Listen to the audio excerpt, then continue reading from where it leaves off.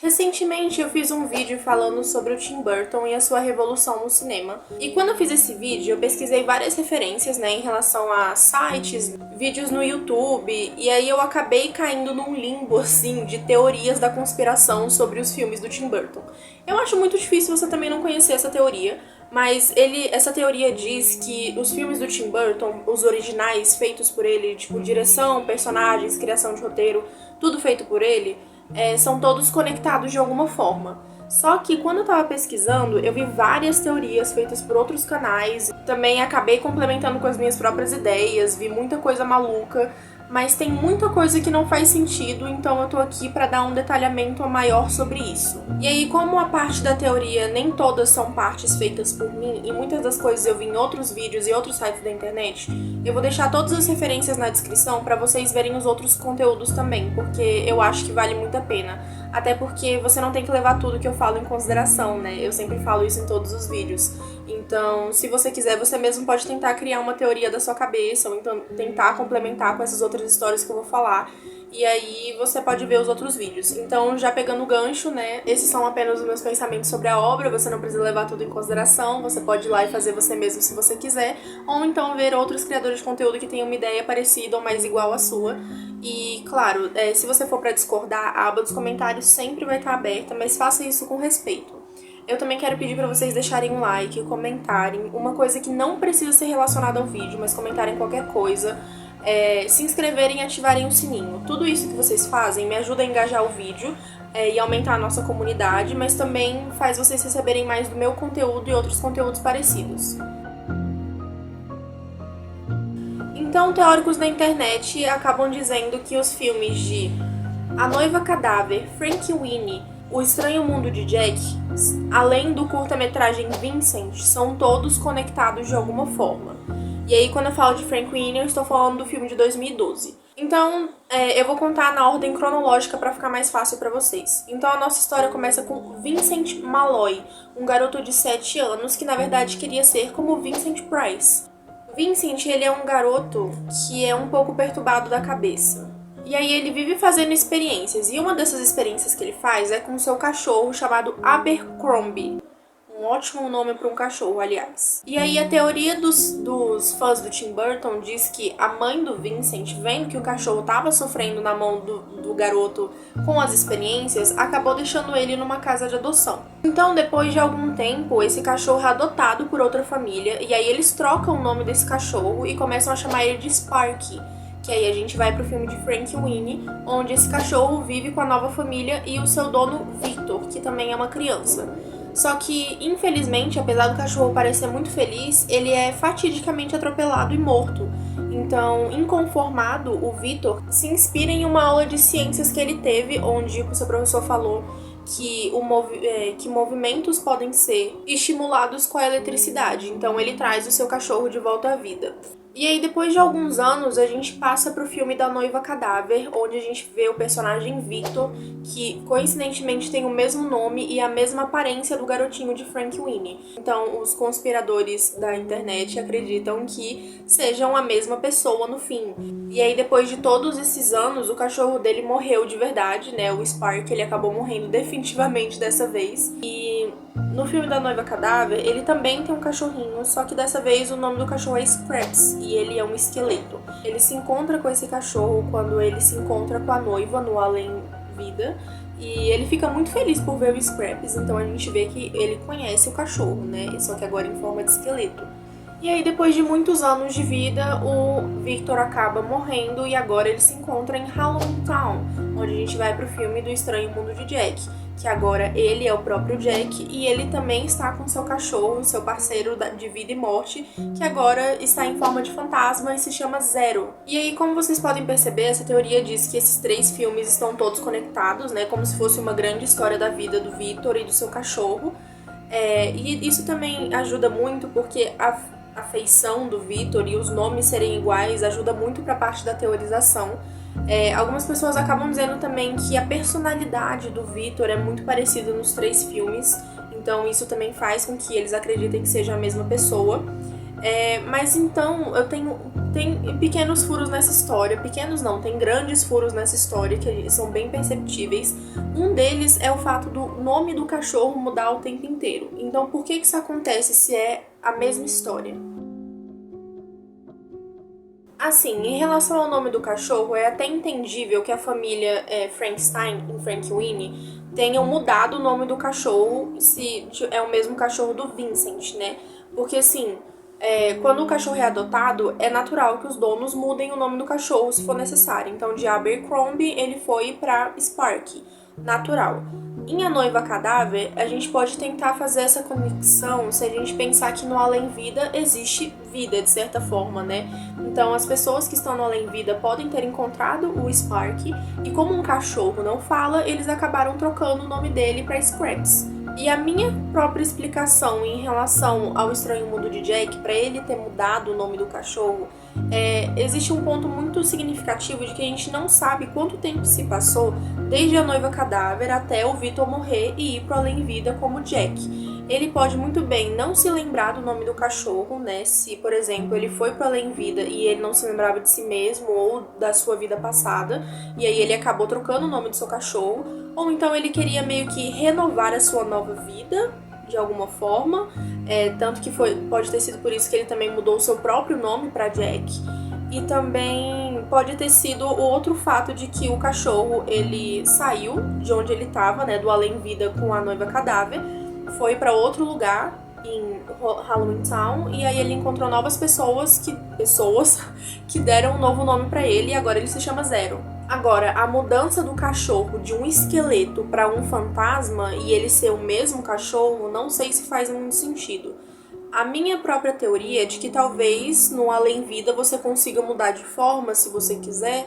Tipo, não faz muito sentido porque a gente não vê outros personagens fazendo isso. Não teria por que o cachorro fazer isso, a não ser que fosse aquela mesma questão que eu comentei, de tipo, renovar a vida, né? Vamos ter um novo começo aqui de uma outra forma.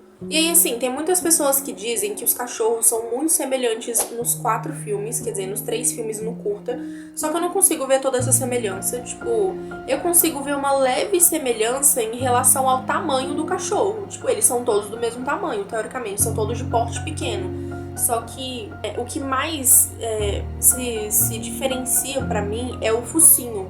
Porque eu consigo ver, tipo, o formato do focinho geralmente mostra muito a característica dos animais. Você consegue ver a estrutura óssea do cachorro, né? Tipo assim, eu não acho que aquele cachorro que é um esqueleto na Noiva Cadáver tenha a mesma estrutura óssea do cachorro de Frankenweenie. Algumas pessoas dizem que, meio que pra explicar o fato do sobrenome do Victor ter mudado de Frankenstein para Van Dort na Noiva Cadáver, significa que o seu cachorro morreu de novo, definitivamente dessa vez. Ele ficou inconformado e por isso ele fugiu da sua família, né?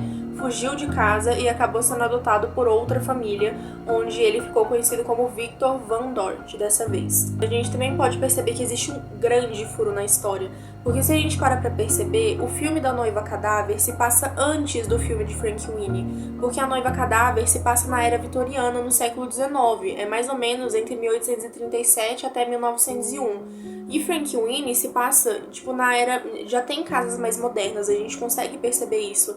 Então ele se passa mais ou menos na década de 50, 60. E aí são coisas que a gente não consegue passar despercebida e passar um pano na teoria, porque realmente não faz sentido. Então eu acho que, na verdade, a história começa com Victor Van Dort, na era vitoriana. Ele é um menino que é de uma família influente e rica, e ele vai se casar com uma menina que também tem um grande status social, mas que a família dela agora tá falida. Então, como são os pais dele que estão meio que montando o seu caminho, ele tá muito nervoso, não sabe se quer fazer aquilo, e ele acaba indo pra floresta treinar seus votos de casamento. E aí, enquanto ele está treinando na floresta sozinho, longe de todo mundo, ele acaba pedindo a mão da noiva cadáver sem querer. E enquanto ele está na sua aventura com a noiva cadáver, ele acaba encontrando o seu cachorro que já tinha morrido há muito tempo, o Scraps, que ele teve quando ele era mais novo, durante a época da Era Vitoriana. E no final da história, a noiva cadáver acaba encontrando o seu caminho e ela consegue descansar em paz. Então o Victor consegue se casar com a Vitória. E aí também tem uma parte da teoria que diz que na verdade a Vitória e a noiva cadáver são irmãs que não sabem que são irmãs de verdade. A história da noiva cadáver diz que ela era uma mulher de uma família rica e influente, só que ela fugiu com o dinheiro da família para viver com um namorado, porque a família não deixava ela casar com esse namorado, né? Tipo, ela tinha que casar com quem os pais mandassem ela casar e não com quem ela queria. Então ela acabou fugindo para ficar com esse namorado. Só que aí esse namorado acabou traindo ela, né? Ficou com o dinheiro e assassinou ela e por isso ela se tornou a noiva cadáver. Então a gente consegue perceber que na família da Vitória, eles estão falidos. Isso já é um grande ponto, porque a noiva cadáver fugiu com dinheiro. E aí a família dela ficou falida. Só que a noiva cadáver, a gente não sabe por quanto tempo ela ficou morta, né? A gente não sabe quanto tempo ela morreu. Mas faria sentido que não fosse há muito tempo atrás, justamente porque a família da Vitória mora em uma mansão, sabe? Não faria muito sentido eles terem perdido esse dinheiro há muito tempo atrás e se mantido numa mansão. Eles não iam conseguir se manter, então tem que ter sido recente.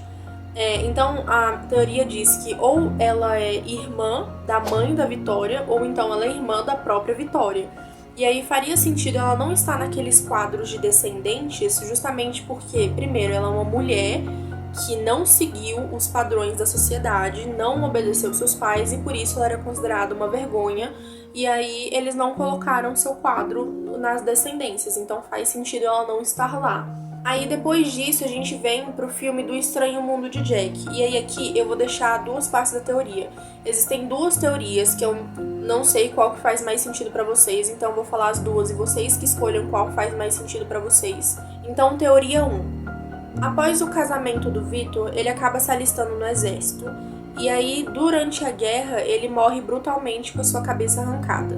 Isso pode ter acontecido de algumas formas, mas as formas mais aceitas que eu vi na internet ou são por um canibal que arrancou a sua cabeça, ou então é por um tiro de canhão que arrancou a sua cabeça. E como a gente consegue perceber no filme da Noiva Cadáver, mortos que meio que têm uma pendência aqui no mundo dos vivos acabam ficando no além-vida e nunca descansando de fato, não até completarem a sua pendência de certa forma. Então, depois que o Victor morre, ele vai para Halloween Town, onde ele é encontrado como Jack. Isso pode ter acontecido justamente pelos dois fatores que eu falei. Ou ele queria renovar a sua vida, né, meio que colocando outro nome nele mesmo, ou então ele não se lembrava quem ele era mais quando ele estava, né, no além-vida e por isso as pessoas nomearam ele, ou ele se nomeou depois. Mesmo que ele não soubesse quem ele é, ele sabia a pendência que ele tinha que fazer no mundo dos vivos, ele tinha que achar a sua própria cabeça. Então, todos os anos, né, no mesmo dia, ele volta para a cidade dos vivos e ele vai procurar a sua cabeça. E coincidentemente isso cai no dia 31 de outubro, que é Halloween. Então, em algum momento, o Jack encontra sua cabeça verdadeira, só que agora, depois de tanto tempo colocando outras cabeças no lugar, ele acabou se perdendo, não sabe mais quem ele é, ou o que ele gosta de fazer, o que ele tem que fazer. Então, por conta disso, ele ainda não consegue descansar tranquilamente no além-túmulo. Ele continua meio que vagando vivo, agora porque ele não tem mais propósito de vida, de morte, que seja, sei lá. Teoria 2. Victor se tornou um alcoólatra depois do casamento, e aí teve um dia que seria o dia da sua morte que o diabo bateu na sua porta para levar ele embora. A primeira vez ele ludibriou o diabo, né, conseguiu fazer com que ele lhe desse mais 1 ano de vida, e aí depois de 1 ano o diabo voltou na sua porta, e aí dessa vez o Victor ludibriou ele mais uma vez e conseguiu mais 10 anos de vida. Durante esses 10 anos de vida ele acabou falecendo de fato, sem que o diabo fosse lá pegar a sua alma, e por conta disso ele não foi aceito nem no céu por conta do seu histórico de bebedeira, mas ele também não foi aceito no inferno porque ele humilhou o diabo. Ele ficou meio que vagando eternamente no mundo dos vivos. E aí ele começou a vagar como se fosse uma chama eterna, e por conta disso, para preservar a sua própria chama, ele colocava nabos na cabeça junto com entalhes de um rosto de fato. E assim ele ficou conhecido como Jack O'Lantern. E aí quando ele foi para a cidade do Halloween, de alguma forma no além-vida, meio que vagando entre o mundo dos vivos e o mundo dos mortos, ele ficou conhecido como Jack. E aí, sobre Frank Winnie, pra mim, ele seria o último filme da lista, né? Onde, na minha concepção, poderia muito bem o Victor ter tido filhos ou uma família que seja com a Vitória. E por conta disso, o Victor de Frank Winnie é meio que um descendente do Victor de A Noiva Cadáver, que seria o primeiro filme. Então, ele meio que só tem as mesmas características físicas. Também tem pessoas que acreditam que a mãe do Victor de Frank Winnie se parece muito com a Vitória, então isso pode ter alguma semelhança. E aí eu falei das duas teorias sobre o Jack, porque pra mim ela pode ser baseada em duas lendas diferentes. Pode ter sido baseada tanto na lenda do Cavaleiro Sem Cabeça, mas também como na lenda do Jack O'Lantern. E aí eu sei que a lenda do Jack O'Lantern, ele não é original dos Estados Unidos, e por conta disso ele pode ter sido adaptado para fazer sentido. Então, igual eu falei, por que eu falei que o Jack O'Lantern, ele colocava nabos na cabeça? Porque essa história, que se eu não me engano, vem da Irlanda. E lá eles colocavam, eles esculpiam os nabos e colocavam nas janelas ou nas portas no Dia das Bruxas, meio que para afastar os maus espíritos, né? Quando essa prática foi para os Estados Unidos, lá eles começaram a fazer isso com abóboras, porque o plantio de abóboras lá era maior do que de nabos ou de qualquer outro legume. Por isso que ele entra, né, no filme já com a cabeça de abóbora. E aí isso faria sentido se fosse a lenda do Jack O'Lantern. Mas também tem essa questão do Cavaleiro Sem Cabeça. Por quê? Por que poderia ser? A gente vê que o Jack, no Estranho Mundo de Jack, consegue tirar a própria cabeça. Ele tira e coloca de volta. Então, de certa forma, isso poderia ser algum tipo de dica, digamos assim, do passado do Jack, o que ele seria, ou o que ele se tornou, se ele for mesmo Victor. E aí também faz sentido ele poder ser o Cavaleiro Sem Cabeça, porque faz sentido uma guerra durante essa época. Porque a gente precisa lembrar que ele estava na era vitoriana, né? Então existiam muitas guerras naquela época, ele poderia muito bem ter participado de qualquer uma delas. E aí, sobre essa lenda do Cavaleiro Sem Cabeça, eu falei sobre aquelas duas teorias, ou da cabeça arrancada dele, que ou poderia ser por um canibal ou por um canhão, porque eu achei essas duas histórias, né, na internet. E aí, as duas são bem aceitas, mas aí você escolhe qual que você prefere, sei lá. E aí, no final, eu acho que eu não consegui encaixar o curta-metragem de Vincent em lugar nenhum. Pra mim não faz muito sentido. A gente não tem confirmações, a gente não mostra no curta a mãe dele doando o cachorro. Na verdade, a mãe dele parecia muito tranquila, nem ligava pro cachorro no curta. Então, não sei se faria muito sentido. Então tem alguns fatores para eu não acreditar em toda essa teoria, principalmente em relação ao Estranho Mundo de Jack. Porque assim, eu não consigo ver tanta semelhança da personalidade dos três igual todo mundo fala.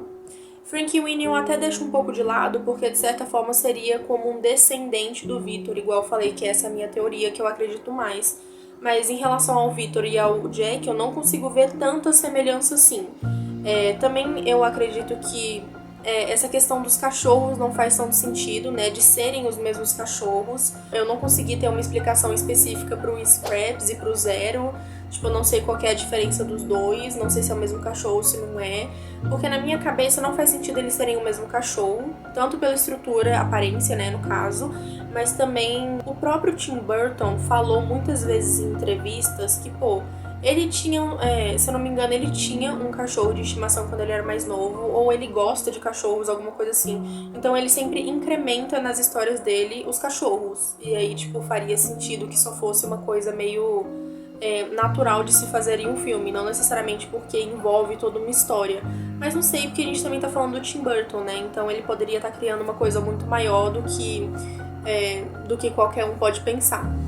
Eu também nunca vi o Tim Burton comentando nada sobre essa teoria na internet, em lugar nenhum, não achei. Mas também tem outro fator. O Estranho Mundo de Jack não foi dirigido pelo Tim Burton. Os personagens foram criados por ele, o roteiro, tudo mais. Mas a gente sabe que quando um filme ele é dirigido por outra pessoa, esse diretor ele acaba fazendo algumas mudanças que ele possa achar necessário.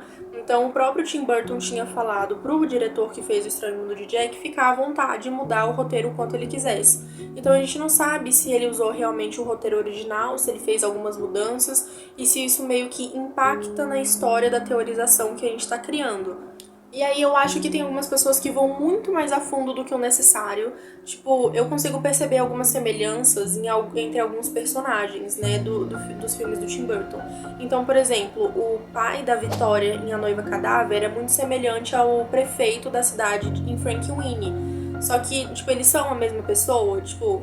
O que isso me levaria para a teoria, né? Tem pessoas que acreditam que até mesmo personagens de Frankenweenie se encontram em Edward em Mãos de Tesoura e Beetlejuice, sabe? Porque são muito parecidos. Tem até mesmo pessoas falando sobre os filmes live action do Tim Burton, tipo, por exemplo, o Edward Mãos de Tesoura, a Fábrica de Chocolate, todos esses que foram feitos pelo Johnny Depp, né, que tiveram papéis do Johnny Depp, as pessoas acreditam que são filmes conectados porque todos foram feitos pelo Johnny Depp. Tipo, como se todos os personagens de alguma forma fossem coligados pela sua aparência semelhante. Sendo que é só o mesmo ator, sabe? E aí eu não consigo acreditar nisso, porque, sabe, o Tim Burton com certeza não negaria um papel pro Johnny Depp. E aí, por conta disso, eu também acredito que muitos desses filmes possam não estar conectados, principalmente esses do Beetlejuice, do Edward Mãos de Tesoura também, porque o Tim Burton, ele tem uma estética muito parecida, né? A gente fala que, tipo, todos os filmes dele são um pouco parecidos justamente por conta disso. Porque todos os personagens são muito magrinhos, têm olhos grandes, sofridos, sabe? Eles são sempre, tipo, uma carinha de dó, assim, muito triste. Então, é a estética deles, sabe? Não necessariamente os filmes estão conectados por conta disso. Então, eu queria saber agora de vocês, qual parte da teoria fez mais sentido pra vocês? Vocês acreditam nessa teoria ou então vocês têm algum complemento para essa teoria? Porque ainda tem algumas perguntas que ficaram com pontas soltas, né? Então, se vocês têm alguma sugestão, deixa aqui nos comentários.